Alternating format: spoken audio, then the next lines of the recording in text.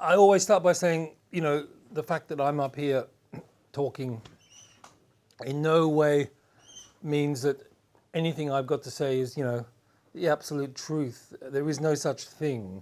All one can do, and the best way to look at anything I or anybody else says to you is simply, treat it like rushes, really. Some of it's good, some of it's useful, and some of it's not. And it's all about, as you know, as directors, it's all about making things your own. There isn't a right way. There's no manual. There's no checklist. There's no right answers. It's simply what works for you. Because if... Sorry, I'm eating too many oranges. If it works for you, then there's something solid about it. There's something cohesive about it. So what you're going to hear today is my view of directing as it's worked out for me. So you take what you wish and discard the rest. The most important thing for me is my audience. Every single decision I make as a director is bounced back through the idea of an audience. Will they care enough to turn on, watch, pay a cinema ticket? And if I can get them to do that, how am I going to hold their interest enough for them to keep watching? And I fundamentally believe that's the right approach, because film is an expensive medium largely. And if we're using public money, it's incumbent on us. It's a moral duty we have to try and reach as many people as possible. So the audience is paramount to me. And if that's the case, I want to treat them just as I would myself. I mean, why I can virtually no longer work in British television is because the commissioners, the people who run television nowadays, don't treat their audience as themselves. They certainly do not treat them as equals. They're condescending. They believe they need reminding about the story or the facts every 5 minutes. They need to be titillated like adolescents. None of that is true. You are all audience members. You know when something's special because you, as a member of the audience, construct that narrative with the director. And the beauty of an audience is not just because we're ego or we want to reach people or we want to be on a stage or we want to see our name up in lights. It's not that. It's about being able, with your audience, who's the greatest tool we have as the director. I mean, I want the audience to do as much work as I'm doing. And you know what I mean when I talk about that. In a good film, you're the ones constructing your version of the narrative along with me. And because the best version, the best monster in a horror film is the one you never see, because you guys make up the worst monster in your head. And whatever works for somebody, whatever's the most scariest for Oliver here, might not be my monster. To me, the primary thing that we are watching, we are experiencing, is the relationship between the director and the subject. And what I mean by that is, over time, and you've all had this experience, the unique and very special relationship that you can build with a contributor, the subject of your film, can be very, deep and important, and particularly if there's very large, dramatic, influential things going on in that person's life. You can become very close. You can become in many ways closer than family are, because there's a certain distance that you bring because of the job we do. And over time, that's a relationship that no other art form really has. Certainly Hollywood and the traditional director-actor role in a fiction film does not get anywhere close to that. So when you see on the screen the sort of intimacy, the sense in which you as an audience are participating, experiencing, watching something very special, very warm, very intimate. You're in a world that both the director and the subject have created for you.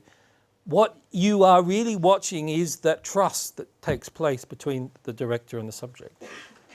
And when it's good, when that relationship is good and built on respect and trust and love and goodwill, then you as an audience feel good about it. You will feel safe, morally safe about being in that place, no matter how difficult it gets, because you know that the characters let the director into their lives built on a solid moral foundation.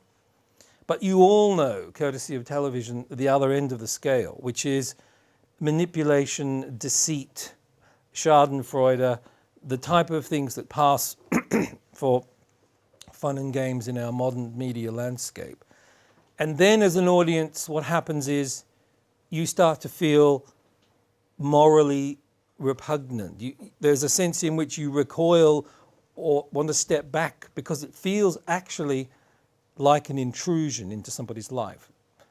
It doesn't actually feel good, or it doesn't seem right. And it's very, very hard to actually understand why an audience feels that way, but they will. You can't ever kid your audience. Don't ever think that you can get away with stuff that's basically morally dubious. It won't work because the antenna of your audience is so attuned just to the smallest sort of body language and inflection of voice and things that characters are on about. So why is this important? Because it's the moral basis of what we do. That's why it's important. We aren't paying people. We're asking them to participate in something.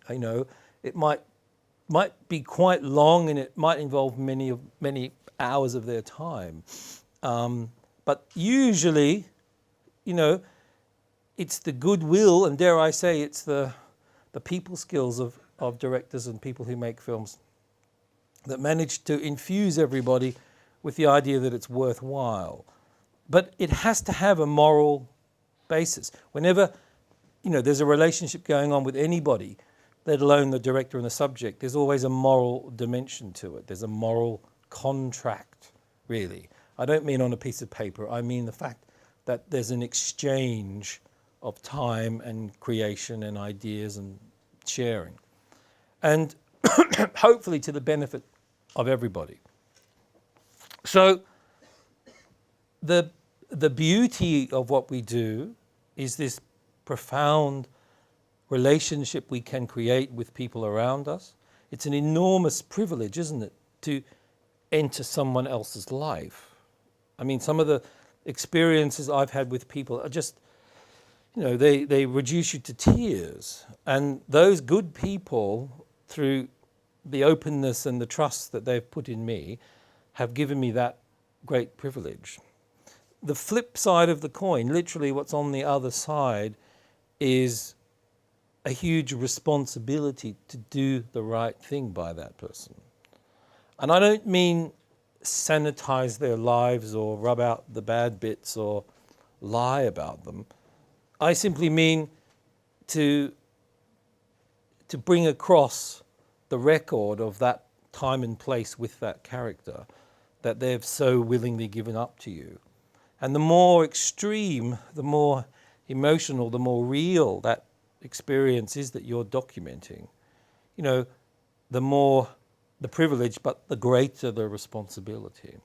Through personal experience, when I made what really was my first film, I've come to understand, and again I echo what I said at the beginning, this works for me, and it seems to work for a great number of audience members, but you have to find the key to your own doors. You're the ones that have got to construct something that works for you. But for me, finding people who are prepared to let you into their vulnerabilities and who are often in a moment of crisis or an event outside of themselves is happening to them, whether it's a medical nightmare or a legal nightmare. There's inherent drama in that subject, but there's inherent emotion, and there's a great sense in which if you choose the right people, and this is obviously what I'm getting at with how do we generate that magic. Not everybody, not every character is going to give you that or is capable of that, even if they wanted to. So how do you begin to know who to gravitate to, who to concentrate on in filmmaking? Well, as I said, the people who can not just verbally, but in other ways articulate that deep vulnerability we all have as people, you will find that your audience falls in love with those people. And if you add on to that some sort of catharsis, that's one of my favorite words, the idea in which through the filmmaking process, because you're documenting something that's happening to them, but you are also swimming in the same river as they are at that time in their lives, something cathartic happens. There's a journey from A to B across the length of the film. And if you generate that type of experience with people that let you into their struggles and their difficulties, then you're approaching the type of canvas that writers often use and fiction films are full of. Henry Marsh, I don't know whether many of you have seen The English Surgeon, but it's about an elderly Englishman who, when I first met him, gave me that openness, gave me that sense in which he was prepared to, through trust, let me into his world where we, that's him and me, could dissect and go through the failures and the difficulties of what he does. Because it's in there that your audience will identify with your characters. Why? Well, because all of our lives are full of struggle. We're all fucked up, basically. And we're all struggling to try, in certain ways, to do the best thing every day. We get up and we try to do something better than we did perhaps yesterday. They're the people that really connect with us on screen. Not the perfect people, and not the people who won't open up, not the people who pretend there's no difficulties. It's the other people that are going to give you something important and special. They can still be great people like Henry Marsh is. His world is full of life-saving incidents. The man is able to walk home day after day and say, I saved a life today. If I could do that even once in my life, I would probably be telling people about it for the rest of my life. He does it, consistently. So that's the other thing about characters, is to look at who can, through what they do, who can give you a universal, who can present an archetype, who can present, in some ways, a symbol, not in the conceptual sense, but in the sense in which we identify with somebody, as an idea. So I'll tell you what I mean by that in a minute. This catharsis, as I said, is something very special, intangible, and precious. And we as directors can be the conduit, we can be the channel for this catharsis. That's our primary job, I think, in a character-led sort of documentary. That's the most special thing we can actually entertain and create with our subjects. I made a very hard film with a man whose 2-year-old child had been killed by 2 10-year-old boys in the north of England back in '93. It was a famous case. His name is Ralph Bolger. It went round the world because 2 10-year-olds murdered his son, who was 2. And it sort of paralyzed the nation because this wasn't supposed to happen in England or in, the sort of 20th century. And it became such a media frenzy for years that he never was able to really grieve because no one ever gave him any space to do that. And his brother spoke to somebody I knew and said, look, Ralph needs to tell his story because he needs to get over this. He needs to get it out. He needs a release. And, you know, at that point, we can certainly start using words like confession and psychotherapist and, you know, confidant and priest even. You know, there's a very deep and special relationship that happens when people confide something special in you, because the act of doing that, the act of releasing, helps them get better. And you all know that. It's better to have a cry than not. It's better to talk about stuff with your friends than keeping it in. So Ralph, through the perception, the wisdom of his brother, found himself with me. And I said, well, what's the best way to do this? You know, I was told that he was a thug, which means a bad person, a violent person. I was told he's going to be inarticulate and everything else. I met him and I didn't find him that way. I found him hard to understand to the beginning because he was from Liverpool and the accent is incredibly difficult. But what I did was I just went fishing with him for 2 months. That was a lot of what he did. He just to get away from people and just to be on his own. He'd go fishing. So I went fishing with him. And we tried, well, I certainly did. I didn't want to talk about what had happened at all. I wanted for him and I to have a relationship that wasn't built on the subject that we were perhaps going to be talking about. And this man was so special because for someone who didn't have much of an education, he just one day when the camera was locked off and he'd actually played with it, I gave him the camera.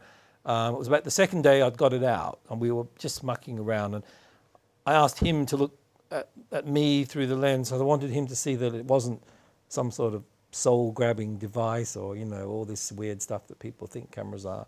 And he played with it. We put it on the tripod and left it alone. And it was very still, this shot. The sort of lake was extremely still and it was quite bright and sunny. And then he just started to talk. And he poured out this stuff. And it was total magic. Honestly, I mean, the man, if you couldn't have scripted this stuff. It was just so strong. And across the next 6 months, what happened to him and me, I mean, I didn't have enough. I put the money of the budget into time, so I had nobody else with me. I don't normally like doing that. I really believe in camera people. But here I wanted and needed to put the money just into me being with him. So I shot it, albeit with 2 cameras myself. I had one on a tripod and one handheld, and did the sound and everything else just because it was the right thing to do, to be with him on my own. But across the period of those next months, he really underwent something scary and emotional. But in the end, what comes across on camera is that catharsis. And it's enormously powerful. I'm not going to use the word truth because all of you as directors will know that, you know, the moment we cut anywhere, the moment we point a camera in this direction as opposed to that direction, there's a subjective bias going on. Even if we were to surrender all of our rushes to people, it would still be a version of the truth. And who's going to watch 100, 300 hours of stuff? No, that's not what our audience is either interested in or has the time for.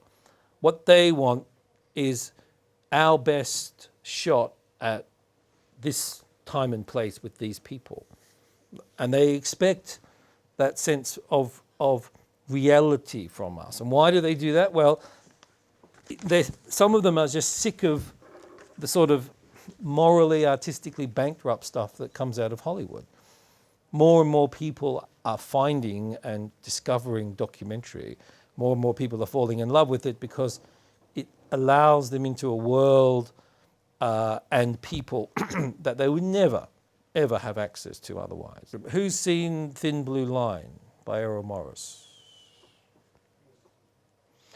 A few people. Thin Blue Line is a set of reconstructions about a crime that took place in Texas back in the 80s. What is the truth behind the film? How does the filmmaking construct that truth? And I would really suggest to you all that facts, like there are 10 oranges in this bowl, or oxygen's made up of 2 oxygen atoms together as a molecule, something factual isn't really what engages us as humans, because it's sort of said and done, and it only exists in itself. What engages us, what engages an audience across time when we present them with our film, is something more akin to a court case, where one of the lawyers will build a narrative, build a credible worldview around a whole collection of testimony and facts. And that's what happened with Thin Blue Line. There was an idea that this man, Randall Adams, was innocent. And across the course of the film, you, the audience, and Errol Morris constructed this idea at the end, just like a jury, where you came down on the side of Randall Adams. You thought he's innocent. Because Errol Morris had an idea at the beginning of the film that that's what he wanted to do. Just like a lawyer goes into a courtroom with an idea he's going to persuade a jury that this person's innocent. And humans, we all gravitate. The biggest thing in our lives is sort of quest for meaning. And ideas have been at the basis of that quest for meaning forever, right back into the Stone Age. People gathered around fires and told stories because stories were the vehicle in which human meaning was arrived at. And ideas are central to stories. And ideas, and therefore, take place over time. They're not a simple fact. It's a worldview. It's a whole cosmos. It's like an archetype, and that's why we love stories. We all gravitate to stories. So documentary, when it's really good, I think when it works at its best, is when we've started with an idea, not with a fact. It's not about documenting reality here. It's not about saying this is what really happened. Because as we've just said, we can't do that, and we shouldn't even be trying to do that. We're not out there documenting something for the sake of it. What we're there to do is to say, there's an idea about reality here that's fascinating and interesting. Let's see if our audience will buy into that, just like a lawyer would. Let's see if we can construct a case. And in the case of The English Surgeon, the idea behind the film was one man's struggle to do good things. It's not a film about medicine. It's not a film about brain surgery. It's not a film about Ukraine, where it's shot, or about the NHS, the health service in England, where Henry's from. It's all about one man's struggle to do good things. That was the one-line idea that I had in my head every single step of the way. And I'll tell you why that's useful. You can sit there every morning with every scene. You can ask yourself with every character, or every time you're going to turn the camera on, is this going to help my central idea? You can bounce everything back through that controlling idea. It's a really nice phrase, the controlling idea.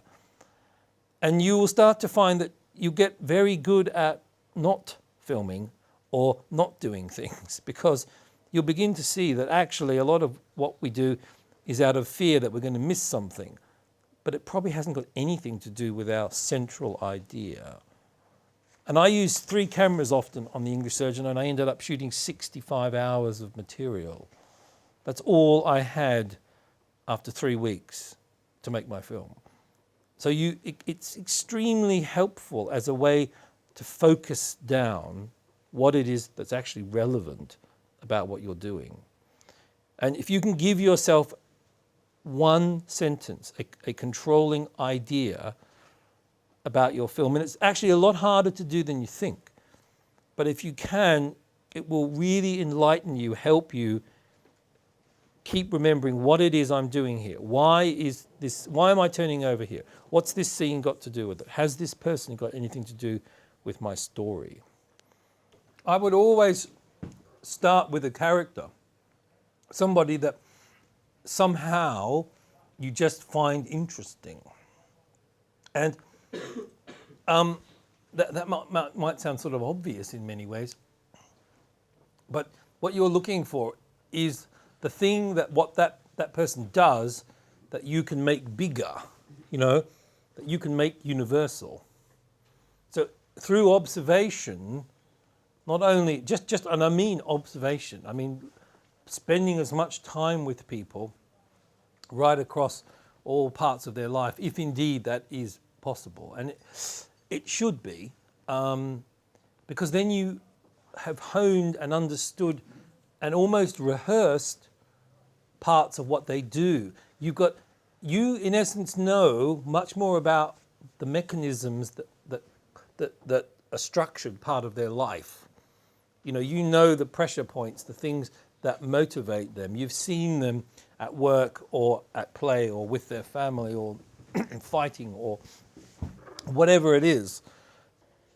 It's those things that we can film with our characters that make us identify with them, make us relate to them, make us sympathize with them. Because that's a huge emotional bond. Once you've sympathized or identified with somebody, you're much more likely to want to know the journey they're going on. You're much more likely to want to enter into the narrative to find out, can I and should I stay with them to find out what happens? I mean, it's all very deliberate, isn't it? It's a manipulation, if you like. It's an emotional manipulation. But that's what stories do. They pull you in and hold you and take you on a journey. Administrative meetings. I feel I shouldn't have to justify my existence like this either. Try to change that. Oh, bloody hell. Just be inappropriate. The operation was started. Now, will that save? Oh, bloody hell. I really just can't. I can't stand any longer. I really can't. Get away. Okay. So, all of us surely have had that experience. Bloody technology and stupid bureaucracy. And, people laugh because that's the moment he becomes someone that we can identify with. He suffers from the same boring shit. He has to deal with the same stupid stuff. He's a brain surgeon. He should be saving lives like Igor is doing, the doctor in the Ukraine who's cut along all the way. Igor's actually dealing with real people doing something. Henry's stuck in an office behind a computer, filling out stupid forms about where he is all day.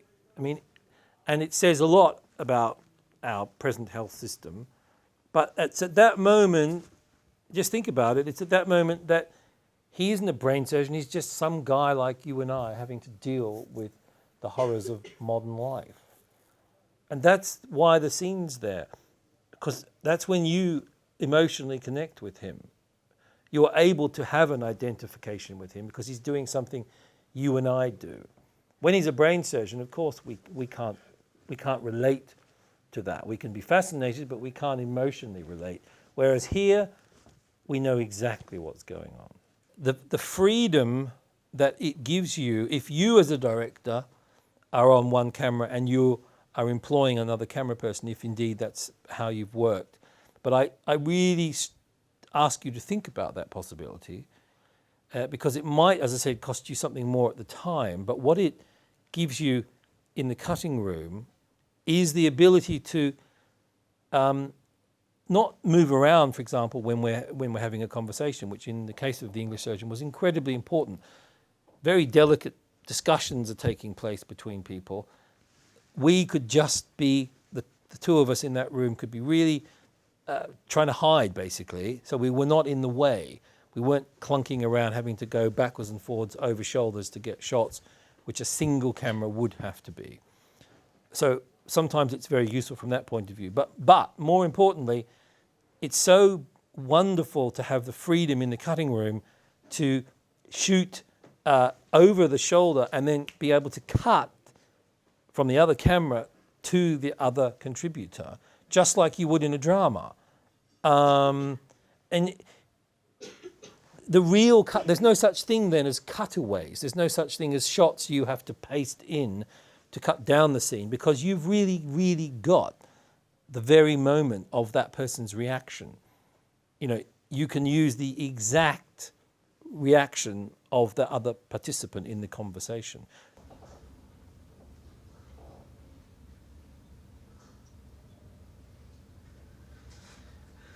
Спасибо. I'm sorry. Спасибо большое. Извините.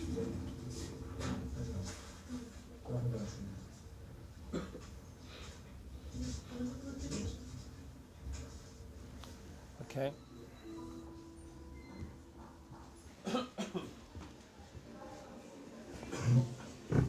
You can see with that the moment you shoot over someone's shoulder, it's so much more psychologically engaging.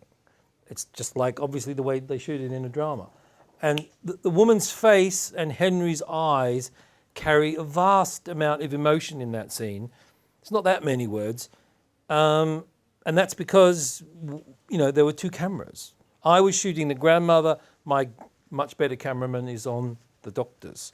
But you've really got that woman's look when Igor says, you know, there isn't anything we can do. And that's priceless. It's just priceless. You know, with one camera, you struggle really hard to achieve anything like that. One extremely useful thing is to have multiple narratives, just like indeed many fiction films do. And in The English Surgeon, it's simply three people, three men, who come together around an operation. So what we can do when we shoot it, and particularly when we cut it, is that it's extremely liberating to tell stories like that. And why is it liberating? Well, it's up to the filmmaker and in the edit and the structure of how you put the film together.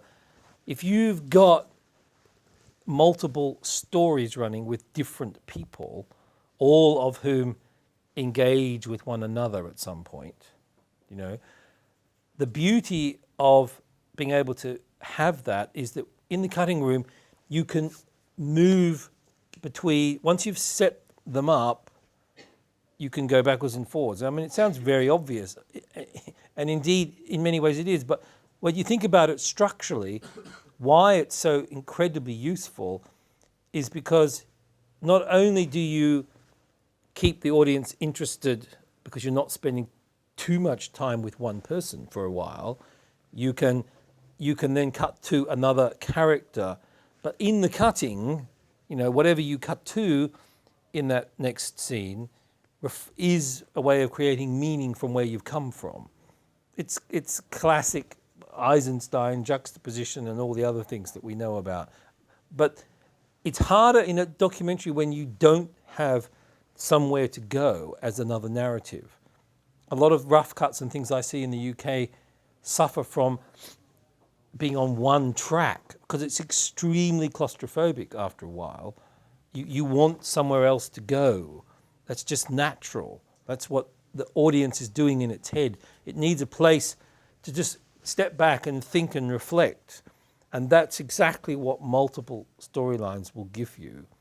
And as I said, you can start to create really clever meaning filmically in your audience's head by what you put alongside one another. Think about soundscape in your films. If you can get your film onto a big screen,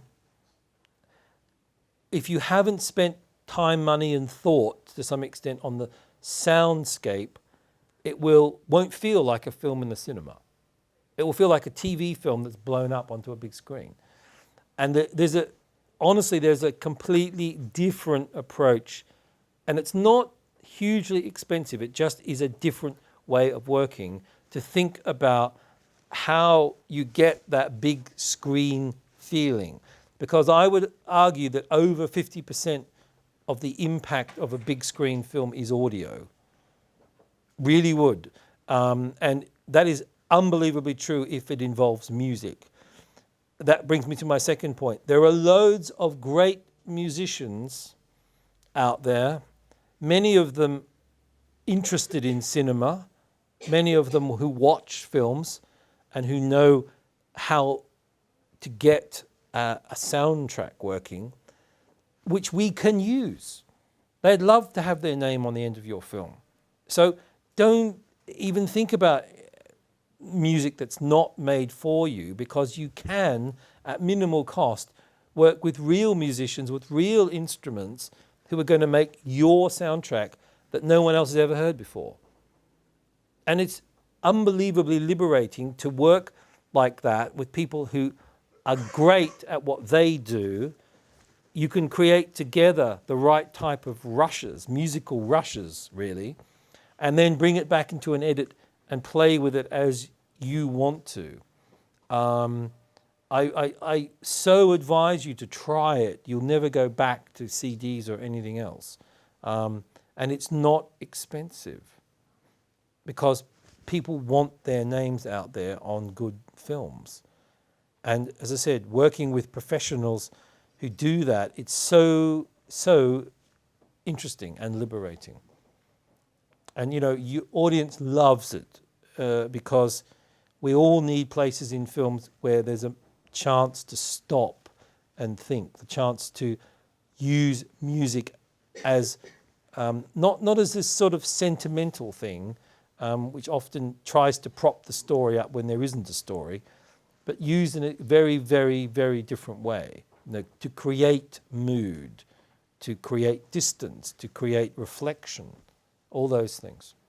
It's very, very, very hard to achieve that magic. It's why the cinema still achieves something much, much more powerful emotionally, not just because it's a bigger screen, but because you're in a dark room, because it's much more like a dream, because you're sharing it emotionally with other people. Hugely important, all those factors. And even physiologically, there's something between the eye and the screen that the computer screen will never generate. So, this is a great little place here. Comfy chairs and a small, intimate feeling. And you'll probably never get to see...